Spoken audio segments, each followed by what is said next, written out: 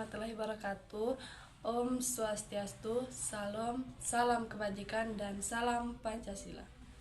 Perkenalkan, nama saya Kadek Sinta Dewi dengan NIM A321232020. Saya merupakan mahasiswa Universitas Tadulako, Fakultas Keguruan dan Ilmu Pendidikan, Prodi Pendidikan Pancasila dan Kewarganegaraan.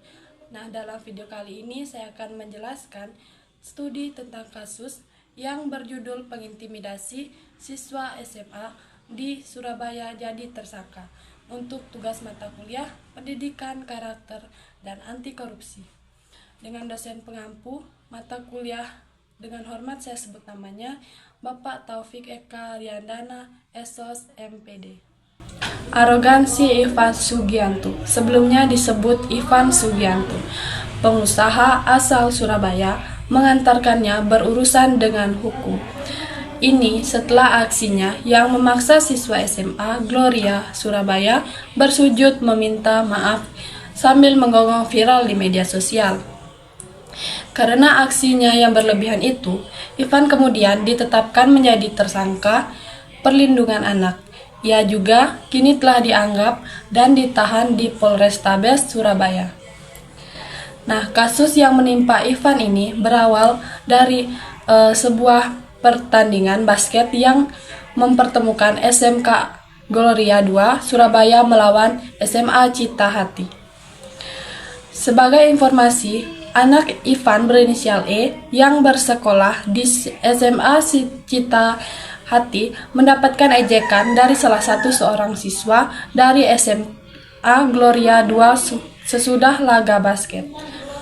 Ivan yang mendapat kabar anaknya diejek, kemudian mencari dan melabrak EN, siswa SMA Gloria 2, yang mengejek anaknya pada Senin 10 Oktober 2024 sorenya.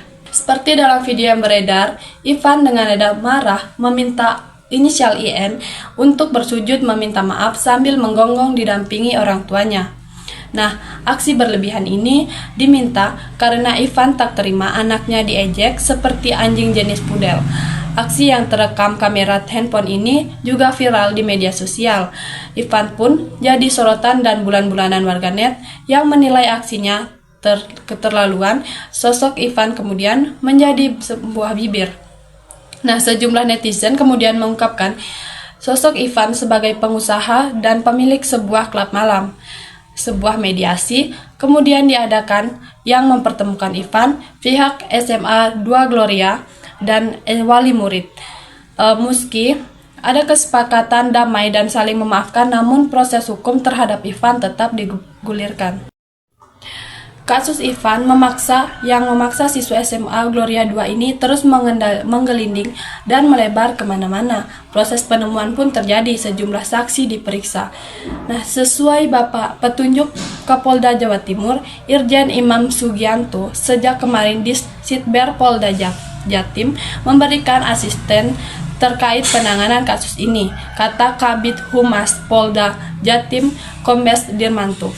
Dengan asistensi, ia berharap merenung dapat segera menyimpulkan terkait peristiwa tersebut, sehingga masyarakat dapat memperoleh informasi yang lurus terkait penanganan masalah ini. Jadi, kami berharap masyarakat tenang dulu karena kasus ini sedang kami dalami untuk tindak lanjutnya, ujar Dirmanto. Hari Kamis 14 November, polisi lalu mengumumkan telah menangkap Ivan. Ivan ditangkap petugas saat berada di Bandara Juanda yang kemudian dibawa ke Mapolrestabes Surabaya.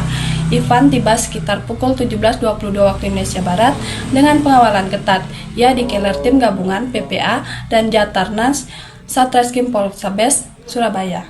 Nah, Ivan tampak memakai kaos motif garis warna putih dan celana jeans warna biru dengan wajah menutupi masker. Tampak tangannya juga terborgol saat dikeler petugas ke ruangan pelayanan khusus unit PPA Satreskrim untuk menjalani pemeriksaan.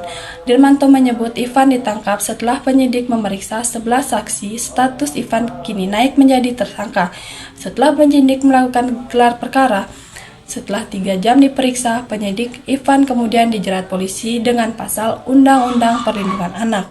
Ivan juga selanjutnya ditahan di rutan Polrestabes Surabaya. Pasal yang disangkakan adalah Pasal 80 Ayat 1 Undang-Undang Perlindungan Anak atau Pasal 335 Ayat 1 Butir 1 KUHP dengan ancaman hukuman 3 tahun penjara dengan Terang Tirmanto. Nah, solusi dari kasus tadi ini yaitu bimbingan dan pendidikan dari orang tua, di mana insiden ini menekankan perlunya orang tua untuk memahami pentingnya memberikan contoh yang baik bagi anak-anak mereka dan membimbing mereka dalam menyelesaikan konflik secara damai, serta orang tua harus didorong untuk memberikan empati, rasa hormat, dan komunikasi yang konstruktif.